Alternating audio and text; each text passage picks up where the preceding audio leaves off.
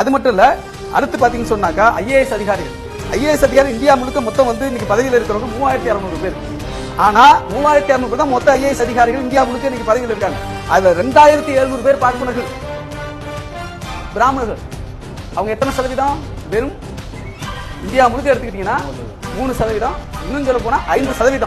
சரியா சொல்ல போனா, நேர்மையா சொல்ல போனா 5%. அவங்க ஐயா 3%, 5% இருக்கிறவங்க வந்து எத்தனை சதவீதம் வந்து இங்க பதவியில் இருக்காங்க? ஐஏஎஸ் அதிகாரினா 76.38%. 76 கிட்டத்தட்ட 77% வந்து அவங்க இருக்காங்க.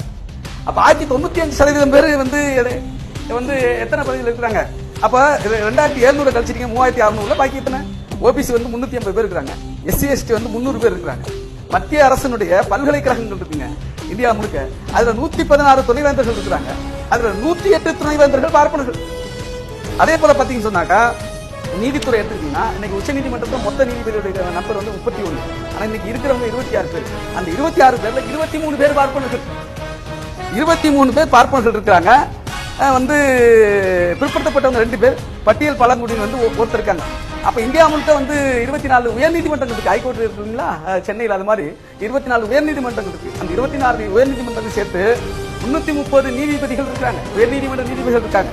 அந்த 330 நீதிபதிகள்ல பார்ப்பனர்கள் மட்டும் 306 பேர், ஓபிசி அதாவது பிற்படுத்தப்பட்டவர்கள் 20 பேர், எஸ்சி எஸ்டி 4 பேர். இதுதான் சமூக நீதியா? அப்ப இப்படி வந்து இந்த அதிகாரத்தை அனைத்து வகையில் மீடியாவை எடுத்துங்க. இன்னைக்கு நம்ம சத்தியம் டிவில உட்கார்ந்து பேசிட்டு இருக்கோம். மீடியாவில் 94% பேர் நிர்வாகிகள், 94% இந்த மீடியா யார் கையில் இருக்குன்னா பார்ப்பனர்கள் கையில் இருக்கு. அப்போ இன்னைக்கு கார்பரேட் கம்பெனி சேர்த்துங்க, கார்பரேட் கம்பெனிஸோட டைரக்டர்ஸ் யாரு? 100% பேர் பார்ப்பனர்கள் தான் டைரக்டர்ஸ்.